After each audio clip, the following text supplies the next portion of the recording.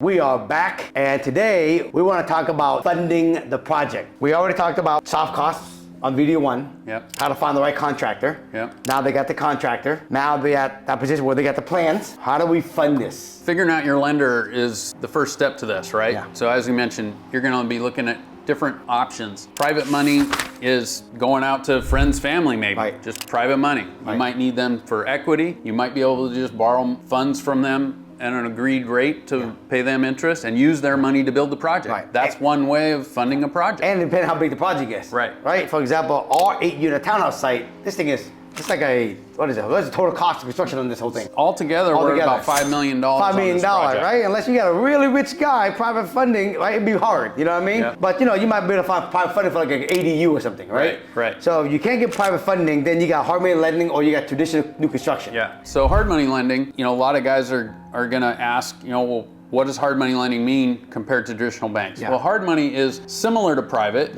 because it's not regulated like the banks are. They go out, they get a pool of money together in these hard money groups, and they charge a certain rate and a fee to use that money. So you're gonna pay a higher rate and a higher fee if you go to a hard money lender, but the advantage is they're not gonna have as many restrictions and requirements on you to use that money. Compared to a traditional how we use. Right. Right, so for some of you guys, again, don't know, Springboard company, we also have our own private Springboard funding. We do hard money lending for rehab and new construction. Chris and I, when we do new construction, we don't use Springboard because we have a lot of good income, we got good credit, we have liquidity, and we have a lot of local traditional bank like Heritage in Seattle where we do a lot of business with them, and we get better rates. That's why we use them versus Springboard funding. Yep. Okay, so that's just a little difference between hard money versus traditional. So let's talk about traditional, because that's what we use. Yeah, so traditional banks, those are gonna be the big names that everybody knows about. You could be talking about US Bank, Bank of America, local community banks like Heritage Bank or Washington Trust, or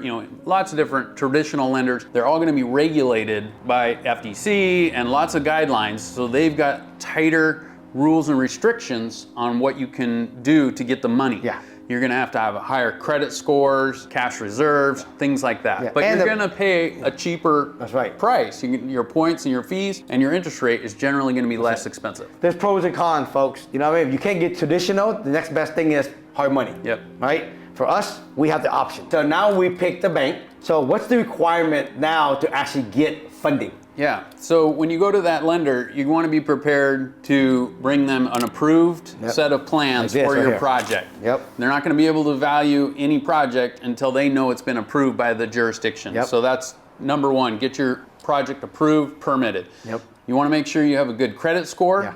The better your credit score, the better the rates and fees with anybody. Yeah. So take care of that credit score. right. You're gonna need cash reserves, and they're gonna want to show proof of income, a good stream of steady income to get, especially with a traditional lender. Especially, that's the key I want to say. Yes. Traditional lender. Hard money is not too concerned about a consistent income. Right. But if you want to go traditional, you got to have really good credit. Hard money want to see credit too.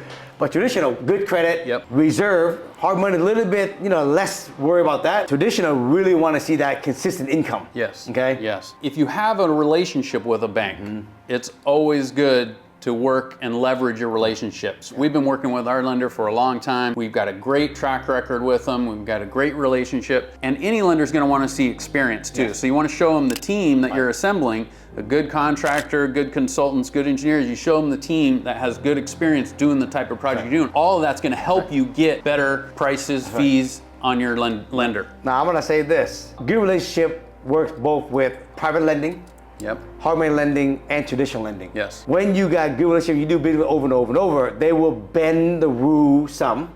And they will actually make things a little bit easier in the process of lending money. Yes. They might bypass certain things. So this is why it's important when you got to find a good relationship, work with them more often, because sometimes when the deal was tight, they'll bend it for us. Or expiration of loan terms. That's very common. A construction project might run a little bit long, and your 1-year loan term is up. If you got a great relationship, they have no problem extending that for you, or giving you a really good discounted fee to extend it. That's right. How does traditional lenders, and we use a lot of them, how do they structure the loan? Right? What are the requirements for loan structure? Typically, to structure a loan like this, they're gonna first send it out to an appraiser. They wanna know how much is this project worth as is in its permitted state, but they're also gonna look at what is the future value of the completed project. Right. So they're gonna look at the after renovation value, the ARV, as it's known. Or built out new construction. Right. They're gonna send that out, they'll get the appraisal, and depending on the size of the project, sometimes the lender can have a bulk discount on that appraisal. So you want to be aware of that. If you have 8 units like this, they might take the appraiser's value. Let's say the appraiser values these at $4 million. They're going to look at it and say, hey, you guys, you got 8 units here. What if you can't sell them all quickly and they take a long time to sell? So they're going to discount the value of that appraisal a little bit. Usually 15% is a bulk discount rate. And that's going to depend on your relationship again with that lender, but they also might be under guidelines and restrictions when they get over a certain number of units. Our lender, for example, usually has a discount, bulk discount at over 5 units. Over 5, that's the key I was going to say, over 5. Yeah. When you got to do one individual, they don't do this. But when you start doing bigger plats, just know different rules. Like this project we're doing is an 8-unit townhouse. So over 5, we have to use a bulk discount, which is almost in a way disadvantage. But that's why you got to find good deals, folks. Okay. So then once you get that appraisal and you get the value of your project, then they're going to take that and they're going to apply a loan to value percentage and a loan to cost number. And it's different with different lenders. It could be anywhere from 70 to 80% loan to value or 80 to 90% loan to cost. I've seen all of those ranges, Just for round numbers, if you have $1 million project and it's a 70% loan to value, they're gonna let you borrow $700,000. That's right. That's 70% of the value of the project. That's right. That's how that's gonna work. So they'll apply those percentages to the project. You're gonna wanna know what those numbers are because that's critical to know, well, how much equity do I have to put in? That's right. Because everything else is gonna be equity beyond what they're willing to lend you for the project. They're gonna tell you the terms on points and fees. How much is the fee to get this loan? Generally speaking, a lender is going to charge from 1% to 3%, depending on a traditional lender, hard money lender, private money. It could probably be in the 1% to 3% range. Up front, when you close that loan, that'll be a percentage fee for that value of that loan. Let's just use an example. If it's $1 million loan, 1% is $10,000. At closing, when you get ready to get the construction loan, that got to come to the table with your down payment, that $10,000. Or if it's a 3-point, that's $30,000. $30,000. Okay. And when you get to bigger projects, a $5 million project, the number can get pretty big, right? So you also want to know, well, how much is the money going to cost me as we go? That's right. So the interest rate. So they're going to outline that in the structure of the loan. And they're going to tell you, on a traditional lender, usually it's going to be a variable rate and it's going to float with prime. So they'll use a prime rate. Usually following the Wall Street Journal, as it's posted in Wall Street Journal, you'll know the prime rate. Currently the prime rate is about, I think it's about 8 something, maybe 8.5. And if you pay like 1% over prime, for example, that's a good deal. Traditional lenders, we generally get to pay 1% over the prime rate. If the prime rate's 8, we get to pay 9%. And right now, you guys, that's the wrong rate for new construction. This is why a lot of the builders are out of business right now, because they're paying so much. When the market was relatively good, we was paying 1 over prime, and prime was like probably what, 4? 4.5. And we were paying 5.5. So you see, it almost double. But this is part of the new construction. This is why there's more risk when you do new construction, and there's more risk when you do bigger projects because there's more money up front, and it takes longer to build. So you gotta know this game. You gotta have good contractor. You better know good numbers, and you gotta have some money to do new construction. So that interest rate, when you go to private money or hard money lending, that interest rate could be whatever they decide. It could be 12, 14, 16%, whatever that lender of private or hard money wants to charge you. So that's another negative of going to the hard money lending. But sometimes you might not have a choice. So what's the final structure of the loan and all that kind of stuff? We know the point, we know what we're paying. How do we do the draw, this kind of work? Because that's the thing most people understand. So it's also going to tell you in the structure how you're going to get the money, right? So typically, you're going to apply for a draw once a month. And you're going to make a certain amount of progress through the month. You're going to apply for a draw based on the percentage of completion, and then that lender is going to fund you once a month for the value of the work that's in place. And they're going to use an inspector usually to go out there and verify it. They're not going to just take your word that you got 80% of the job done. They'll send somebody out there, check, make sure it got done, they'll approve it, and they'll send you a check for that amount.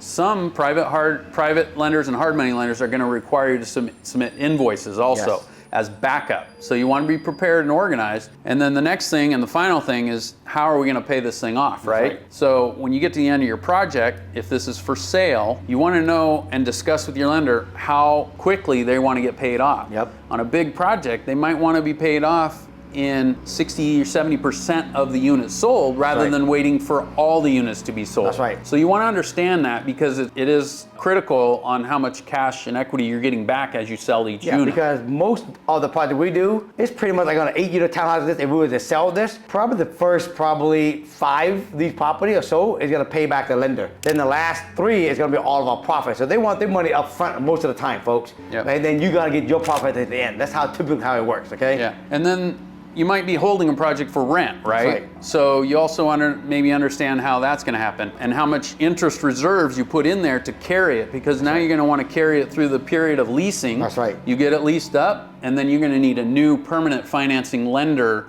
that does long-term lending on a rental project, and that's essentially refinancing. That's right. And you're going to pay off the construction lender with the refinance. So to give you guys an example, this is all project at 8 townhouse. Chris, could you just tell them on a high level, how much cash is costing us to actually build this thing? This is what I want to show you. It takes cash to build new construction. So on this project, roughly, we bought the property for $1 million. That's right. There's some other costs and fees in there, but roughly $1 million to buy the land. We did a 2-step loan process on this. We bought the land. We had to put in 25%, $250,000 to get that loan. Yep. While we did the construction design and got all our consultants and soft costs in, we had to put in another about $200,000 to get the design and permitting done. Plus, we had what's called HOLA fees on this project, so you might need to be prepared for that. That was another $300,000 in this project. So we had to provide a little over $500,000 to get this project to approve permits. That's plus our $250,000 down payment. Yeah. Okay, that's $750,000 so far, okay? Right. What are the fees and everything and the cost? Like we talking about points and So everything. then we go into the construction funding, and we showed the bank we had this all approved. We needed $5.5 million to do this job, and we're budgeting in about $260,000 in construction interest as well in that project. So knowing all these percentages and interest rates and all this stuff, running the numbers with the bank, that's where we ended up on this project. We talked about knowing your numbers so you can figure out how much you're gonna pay and what the finished product's gonna be and all that kind of stuff. But how does someone gonna figure out what it's gonna cost to actually build this? Because they already got the plans, right? They got their lender, right? They know what it's gonna require, how much they're gonna pay for fee, but they need the number. Right. How do they know the number? Yeah, that's an important part of this whole loan process. When you come to the bank, you're gonna need to provide them with the cost of your project. So knowing your project costs is really, really important. You're gonna be locked into this loan, and it's gonna be hard to get more money later if you run out. So you wanna be very accurate with your numbers. Very accurate. So knowing your project costs, one thing is make sure you account for all the costs. Your land, your property taxes, your insurance, any other costs that you have that are costs to date, make sure you're tracking those so you can also include those in your overall project cost. You're going to include your designers and your consultants. All of those that are included are, architects, engineers, everybody, including permit fees themselves. Everything that you pay out to the jurisdiction, like City of Seattle in our case, we're paying out thousands and thousands of dollars for these permits. You want to include that in your overall costs as well. And then the last one, and the hardest one, is what are my construction costs? The hard construction costs of this project. And we're going to do another video to go into that because it is so important and detailed. Now you gotta get a glimpse what it takes to fund a project. So if you gotta like what you got heard on this video, give us a thumbs up. And remember, folks, do us a favor. We appreciate all you guys, watching the video. Do us a favor, subscribe if you haven't subscribed, okay? Because we're gonna actually be dropping more information like this in the near future so you guys can learn more on these long form, okay? But until then, we will see you guys on video 4.